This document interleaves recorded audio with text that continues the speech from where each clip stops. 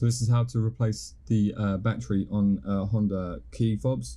This one's from a Honda CR-V, but I do believe that there are other ones available for it that do it on different Hondas. So if your key looks like this, there's a little tab here. So if you just push that to the right, that will remove your key like so.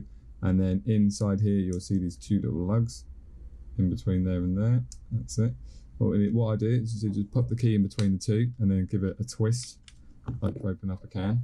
And what that will do is that will separate the two pieces like so. And then from there, you can pop out the battery, replace the battery from that. So this is, as you can see, is a CR2032 battery. So there we go. And then to put it back together again, put them together like that, give it a good squeeze. Right, we go. Key back in there, and we're done.